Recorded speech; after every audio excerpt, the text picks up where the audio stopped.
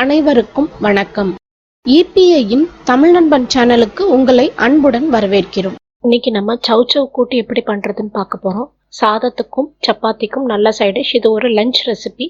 வேகமாகவும் செஞ்சிடலாம். 5 நிமிஷத்துல இந்த ரெசிபியை நம்ம செஞ்சிடலாம். குக்கர்லயே செஞ்சிடலாம். இந்த ரெசிபி எப்படி பண்றதுன்னு பார்ப்போம். 1/4 கிலோ சௌச்சௌ, 4 வெங்காயம், 3 பச்சை மிளகாய் எடுத்து வச்சுக்கணும். இது எல்லாத்தையும் பொடிசா கட் பண்ணி எடுத்து வச்சுக்கணும். ஒரு குக்கர்ல பாசிப்பருப்பு, கடலைப்பருப்பு, ஜீரகம், மஞ்சள், மிளகு, பெருங்காயம், ஒரு 2-3 துளி எண்ணெய், தேவையான அளவு தண்ணி, அந்த பருப்பு வேகிறதுக்கு தண்ணி ஊற்றி நம்ம 2 விசில் வைக்கணும். 2 விசிலுக்கு அப்புறம் ஸ்டீம் போனதுக்கு அப்புறம் திறந்து நம்ம கட் பண்ணி வச்சிருக்க எல்லா காய்கறியும் இதில் போடணும்.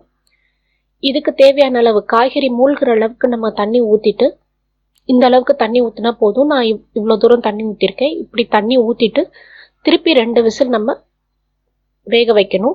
தனியாக ஒரு பேனில் நம்ம தாளிக்கிறோம். ரீஃபைண்ட் ஆயிலில் கடுகு, சீரகம், மிளகு, கருவேப்பிலை, பெருங்காயம், தேங்காய் போட்டு, தேங்காய் துருவல் போட்டு நம்ம தாளிக்கணும்.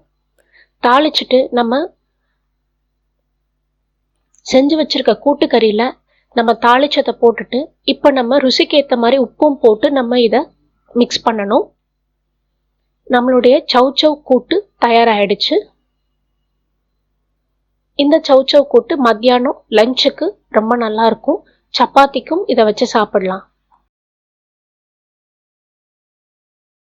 இந்த வீடியோ உங்களுக்கு பிடிச்சிருந்தா லைக் பண்ணுங்க, ஷேர் பண்ணுங்க, சப்ஸ்கிரைப் பண்ணுங்க. தொடர்ந்து இணைந்திருங்கள் இணையத்தின் தமிழ் நண்பனோடு. நன்றி, வணக்கம்.